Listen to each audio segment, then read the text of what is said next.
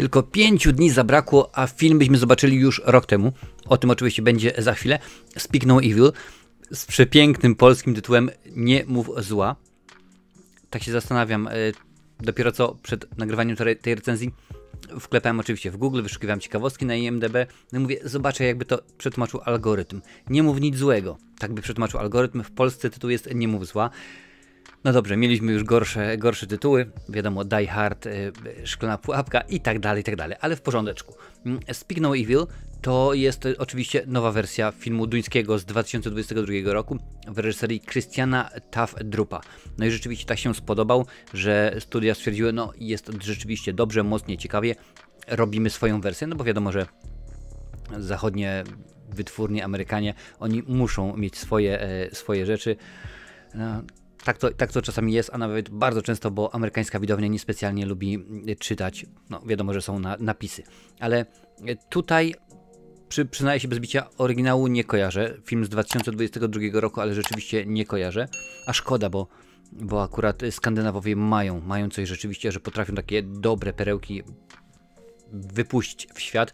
Przypomina mi się, wiele lat temu był taki horror Let the Right One In, bodajże taki był chyba, albo Let Me In. Też Amerykanie zrobili własną wersję, która była również udana. Ale tutaj mamy dwie rodziny, które poznają się na wakacjach, no i potem tak, zapraszamy was, przyjedźcie do nas, no i zaczyna się jazda. I może zacznę od pomysłu, bo muszę powiedzieć, że byłem zaintrygowany tym. Bo no tak samo ja z dzieciakami, z rodziną oczywiście jeździmy na wakacje, no i poznaje się różnych ludzi, prawda? Jednych miłych, drugich mniej miłych, no ale tak się czasami zdarza, że jedziemy na wakacje i jest jakaś fajna rodzinka, zaprzyjaźnimy się, zdarzyło się takie kilkukrotnie. A tutaj to jest pociągnięte tak naprawdę dużo dalej i to, żeby było śmieszniej, to jest w pewien sposób oczywiście oparte na faktach. Mam tutaj ciekawostki z IMDb.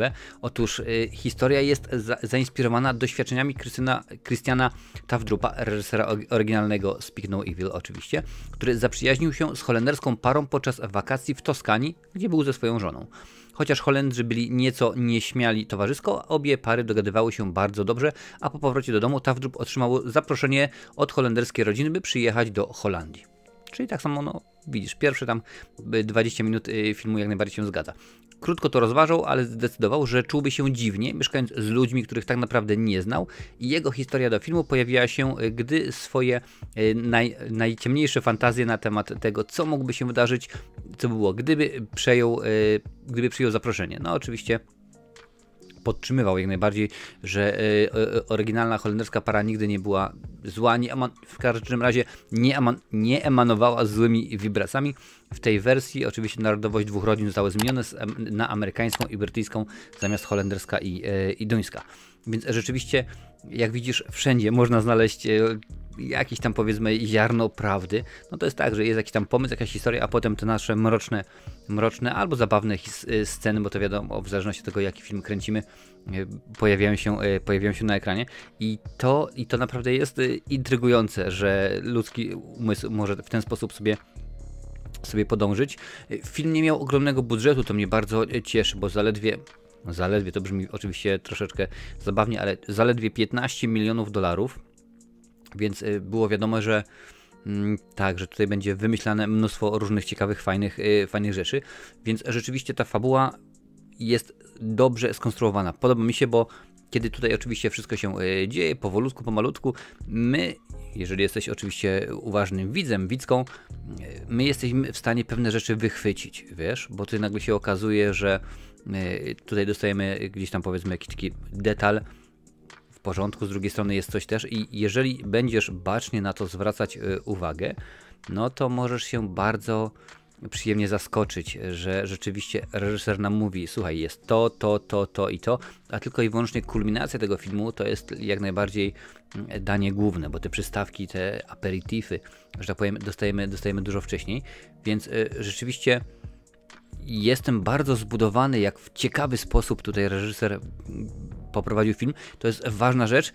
Film bardzo powoli się rozkręca, bo tak obstawia mniej więcej, że przez pierwszą godzinę nie ma nic mrocznego, o tak można powiedzieć. No, mówiłem, są te małe kroczki, te detale, ale rzeczywiście nie dzieje się zbyt wiele, więc jeżeli nie jesteś osobą, która lubi, jak się spokojnie, powoli wszystko rozkręca, jak klimat jest budowany, to sobie odpuść, bo po prostu po 20 minutach, pół godziny powiesz, nie, no to jest po prostu nudne, to mi się nie podoba, nie jest to rzeczywiście coś dla mnie i w porządku, i z tym akurat nie ma nic złego.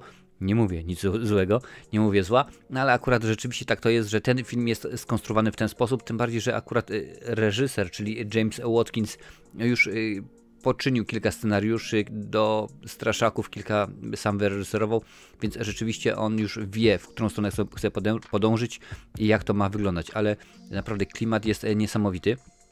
Film też sam w sobie, no kilka rzeczy tutaj mi się nie podobają. Jak najbardziej jest kilka rzeczy, które uznałem, że no ja jako ojciec dwójki dzieci tego co oni tutaj robią, nie zrobiłbym.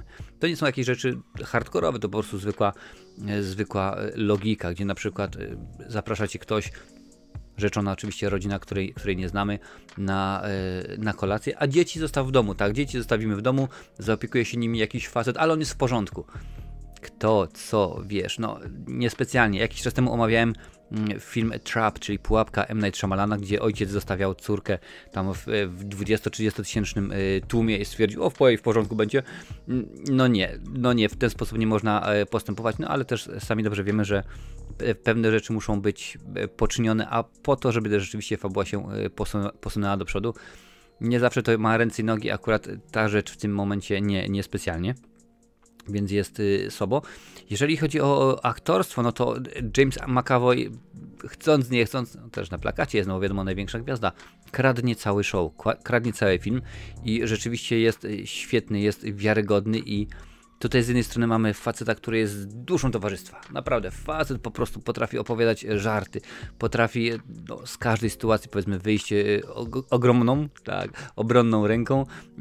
Dodatkowo jest to MacGyver. Wszystko, wiesz, armata z krawata, no wszystko potrafi zrobić, ale też ma swoją mroczną, można by powiedzieć, stronę, bo kiedy rzeczywiście się zdenerwuje, kiedy krzyknie, no to rzeczywiście to nie jest tak na zasadzie aparat, on sobie krzyczy, przejdzie mu, daj mu tam jakiegoś, nie, spokojnie. I rzeczywiście widać, że jak się zdenerwuje, no to rzeczywiście się denerwuje, więc James McAvoy jest tutaj poezją. Tak się zastanawiałem, ponieważ oglądając ten film, tutaj oczywiście jest ściągawka, jak się może łatwo domyślić, Mackenzie Davis występuje w jednej z głównych ról. I tak mówię, kurczaki, ja ją to już kiedyś widziałem. No i przypomniało mi się oczywiście niestety Terminator Mroczne Przeznaczenie, gdzie tam mnie nie powaliła. I tutaj jako powiedzmy matka, no też tak niespecjalnie mnie przekonuje. No ale akurat, no umówmy się, to nie jest wymagane. Wiem, ja już jestem przyzwyczajony i ty pewnie też, że w Straszakach, no to tak niekoniecznie zawsze musi być aktorstwo na wysokim poziomie. Już ta przysłowiowa blondynka biegnąca po trawie jak Stady Narodowe, potykająca się i robiąca miny oh my god i tak dalej, no to jak najbardziej się zgodzę, ale akurat do tej fabuły wystarczy, może być jak najbardziej. I tak się zastanawiałem, ponieważ film oczywiście miał być Włochy i Anglia, ale film był kręcony na Chorwacji przez tydzień, a także w Anglii właśnie. Tyle, naprawdę tyle brakowało, dokładnie 5 dni brakło, a film byłby już dostępny w zeszłym roku. Otóż czemu 5 dni? Ponieważ tyle dni zdjęciowych brakło, kiedy się rozpoczął strajk aktorów. Ten strajk aktorów, strajk scenarzystów i tak dalej.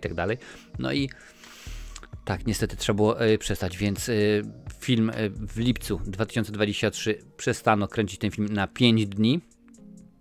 Potem oczywiście ten strajk się przeciągnął, wznowiono zdjęcia pod koniec listopada 2023, no a to wiadomo, kilka ładnych miesięcy, więc rzeczywiście potem musieliśmy poczekać, aż ten film dotrze i szkoda rzeczywiście, bo jest to dobre kino, nie jest to film wybitny ze wszechmiar, ja niestety nie mam porównania do oryginału, bo nie widziałem go, zły Marcin, no, ale rzeczywiście muszę nadrobić, ale jak najbardziej jest to kino ciekawe, intrygujące, w ogóle tak popatrzyłem, bo jest znak czasu oczywiście, no bo nasza główna para, no powiedzmy tak, no to małżeństwo, które przyjeżdża, czyli Scott McNairy, Mackenzie Davis, a także Alex West Leffler w tych rolach.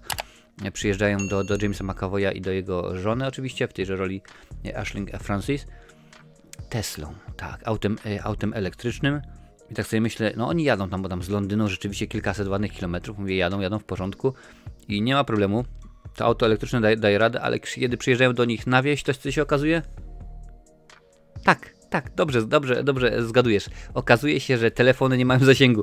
I tak w sumie myślę, do czego to doszło? Mamy auta elektryczne, którymi potrafimy przejechać kilkaset kilometrów, no niedługo same będą jeździły, bo wiadomo, że auto autonomiczne jest testowane. A nie potrafimy zrobić telefonu albo wieżyczki, która przesyłałaby sygnały, tak żeby mieć zasięg wszędzie, więc to naprawdę, a może to jest po prostu tylko i wyłącznie, tak jak mówiłem wcześniej, odnośnie tego, że zostawiamy dzieci pod opieką jakiegoś nieznajomego, ale no jest w porządku, bo teściowa brata mojej siostry, ciotki od strony szwagra zna, że może po prostu taki jest, no to jest wygodnie nam, to jest jak najbardziej nam wygodnie. Mi osobiście na przykład jest wygodnie i bardzo dobrze, jeżeli na przykład udostępnisz tę recenzję na swoich mediach społecznościowych, wtedy to się poniesie.